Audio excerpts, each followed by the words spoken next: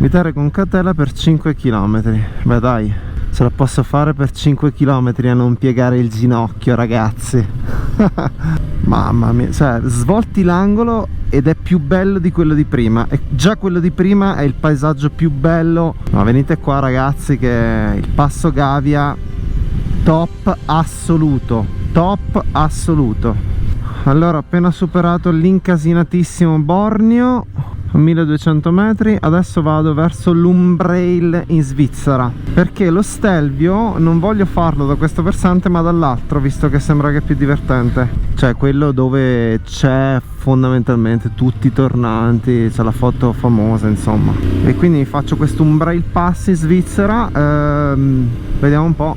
Ok, ora sono in direzione Umbrail Pass e Passo dello Stelvio. C'è una quantità abnorme di ciclisti, giustamente perché è il passo più famoso. C'è gente in galleria senza la luce che io non capirò mai perché. E qua lo scenario è bello glorioso, però bello incasinato, per essere dentro la settimana e mattina presto. Immagino cosa sia qua la domenica.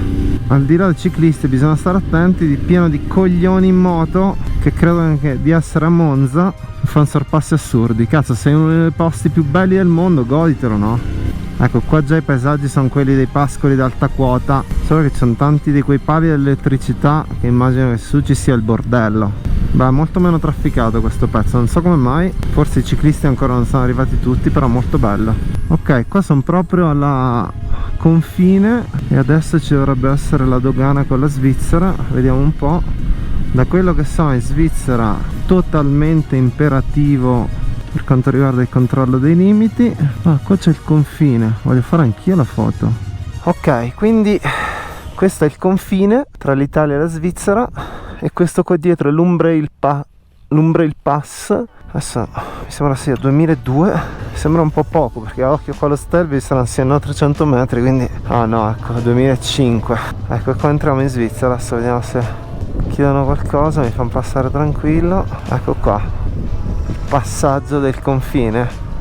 Beh, stupendo, qua una foto al confine ci va, dai, ai confini del mondo. Ok, sono in Svizzera e non c'era nessuno al confine praticamente, e adesso faccio il giro e risbuco dall'altra parte dello Stelvio fondamentalmente, quindi mi faccio proprio una bella enciclopedia dello Stelvio, diciamo. Comunque anche da questo versante, l'Umbrail Pass, ci sono un sacco di bei tornanti.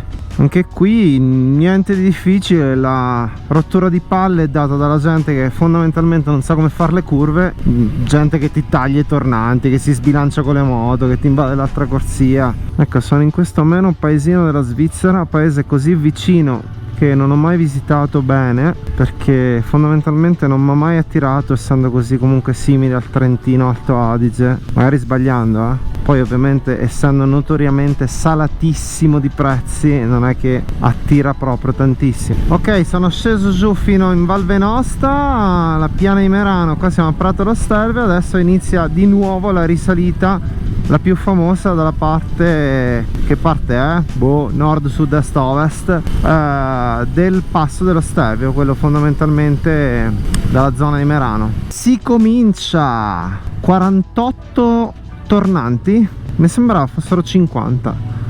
Vabbè, secondo me ne vedremo delle belle. Beh, qua ci sono veramente dei ghiacciai pazzeschi, Per adesso la vista è quasi meglio da qua, con queste enormi masse di neve davanti. Allora mi sto ricredendo veramente di brutto sul Passo dello Stelvio, nel senso che qui è molto più passo alpino, la strada è stretta, non ci sono casette, casine, casupole sparse in giro. I tornanti sono quelli che uno ci si aspetta. La difficoltà è data dal fattore umano, dietro ogni curva cieca può esserci un ciclista, quindi andare piano, perché loro sono quelli che veramente fanno il Passo dello Stelvio, non noi in moto. Guarda queste rocce, pazzesco, modellate dal ghiaccio, incredibile. Tornante 30, quindi ne ho fatti 18. Ecco, questa è la vista più famosa proprio del Passo dello Stelvio, con tutti i tornanti che si attorcigliano su, che si ha intorno al 20° tornante. Praticamente è deserto, cioè sono pochissime macchine e solo ciclisti. Infatti non mi fermo, vorrei fare un paio di foto, ma non vorrei che sopraggiungessero macchine e mi rovinassero la figata di farmela così da solo. il grosso è fatto. Porta anche fortuna il 13. Siamo al quarto tornante. Mamma mia ragazzi, che goduria, veramente una roba pazzesca questa strada, fama meritata devo proprio dire. Secondo tornante e lì ragazzi abbiamo The Last One, ricoperto di adesivi giustamente stavolta secondo me. Spettacolo totale. Ecco qua, arrivati. Guarda che roba. Bello, concludiamo e andiamo su a fare la foto, dai. Mamma mia che casino vecchio. Che casino, signore Dio. No, troppo bordello. Troppo bordello. Ma che cacchio. Quello 127 è venuto. Ma me volevo mangiare un panino qua, però c'è veramente troppo casino. Ecco, ce l'ho fatta parcheggiare davanti al mitico cartello. Ok, io volevo star qua a farmi la foto, però c'è veramente troppo casino, quindi me la squaglio. Allora, sono andato a fare la pausa pranzo in Svizzera. Allora, ho ricalcolato un attimo il mio itinerario. Come al solito mi pongo obiettivi iper ambiziosi, poi devo scontrarmi con la realtà dei fatti, che comunque è il tempo in questo caso, nel senso che quasi 7 ore che guido, perché sono partito alle 6:10, fra poco saranno 7 ore alle 1:10, e passando dal passo del Mortirolo e tornando a casa sono altre 5 ore e 10 di guida, quindi sarebbero tipo totali 11 ore di guida. Se invece faccio il passo del Vivione si va a sommare tantissimo, non ho nemmeno calcolato, ma comunque aggiungo altre 3 ore a quelle 5 che già faccio ancora perché faccio il passo del Mortirolo.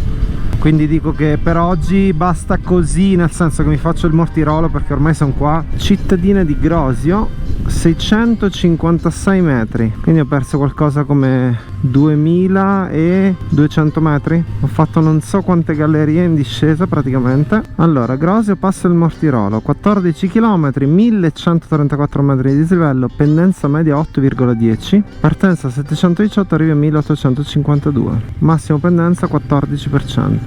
Va bene, allora affrontiamo il Mortirolo, anche questo passo leggendario per quanto riguarda il ciclismo. Allora, per adesso tutto all'ombra, non c'è nessuno, finora ho incontrato praticamente solo una panda che saliva, asfalto ben tenuto per adesso. Comunque è veramente affascinante vedere i piccoli santini lungo queste strade che univano veramente due vallate, due comunità. Paesaggio bucolico, proprio completamente diverso da quanto era aspro invece il paesaggio al Gavia. Sono a 1300, ecco qui che si incattivisce il Mortirolo, e effettivamente qua ci sono pendenze da fuoco. Mi sono fermato un secondo a cambiare la batteria e devo dire che finora non è che era facile il Mortirolo, però a livello ciclistico non era così assurdo, ma gli ultimi tornanti, adesso questo è il quinto, già al settimo c'erano delle pendenze veramente cattive, ed eccoci qua nell'ultimo pezzo del Mortirolo, l'ultimo tornante, 1700 metri di quota, col logo della bici, giustamente chi ce l'ha fatta fin qua, mitico. Anche qua 1 miliardo di persone davanti al logo a farsi la foto, ma la foto l'ho fatta con la bici, dai. Bene, la foto l'ho fatta, passo del Mortirolo fatto. Adesso me ne riscendo giù praticamente e ritorno a casa dal passo del Tonale, fondamentalmente. Bel passo. Allora, dei 3 oggi questo è sicuramente quello più fresco. No, è una cazzata, quello più fresco era lo Stelvio, dai.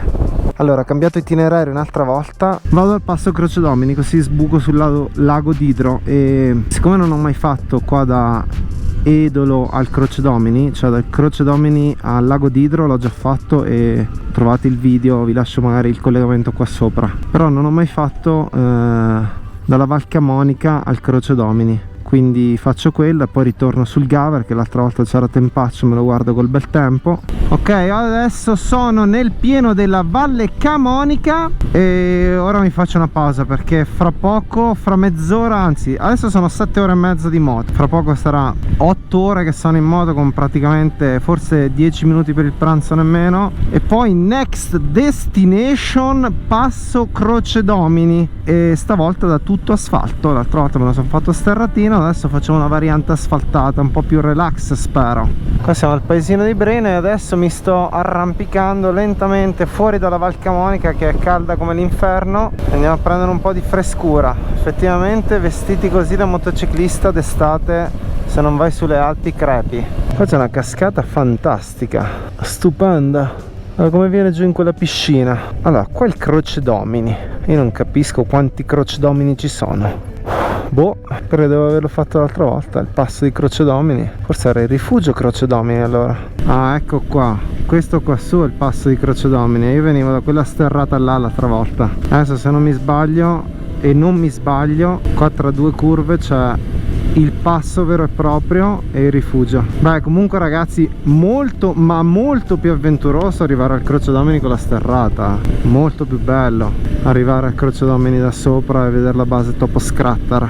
Eccolo qua, Croce Domini. Adesso speriamo che sia aperta. Strada sprovvista di protezione naturale, chilometro 9. E adesso si arriva nella spettacolare valle del Gaver, o Gaver come si dice. E poi qua praticamente la strada è la stessa di quella che ho fatto nell'altro video quando ho visitato la Topo Scrattar, solo che era un po' più nuvoloso. Adesso col bel tempo. Grande tromba questo già. Stai avanti tu, va là. C'è una bella tromba da auto. Mi godo lo spettacolo delle Harley, che esteticamente sono fotoniche. Non so se sono altrettanto affidabili per quanto sono belle, ma come bellezza c'è poco da dire. Beh, col sole sto paesaggio è tutta un'altra cosa. Adesso qua giù c'era un pezzo di strada in costruzione, vediamo se c'è ancora. E dietro l'angolo si apre proprio maestoso tutta la vallata del Gaver. Ecco, ha rifatto l'asfalto. E qui è lo spettacolo di questa vallata che io adoro. Bellissima, ancora più bella dell'altra volta. Adesso faccio la foto qua sotto al tornantone. Che bella. Eccoci qui arrivati, io da questa bellissima vallata del Gaver vi saluto, spero vi sia piaciuto il giro, vi siano piaciuti i passi che ho fatto, la traccia GPX incluso il passo del Vivione che non sono riuscito a fare per questione di tempo, nonostante sia 10 ore che sto in moto, la trovate in descrizione. Se avete dei commenti o qualcosa da aggiungermi, qualcosa che mi sono perso, scrivetemelo giù sempre nei commenti. Spero che vi sia piaciuto il video, iscrivetevi al canale e noi ci vediamo alla prossima. Ciao ragazzi!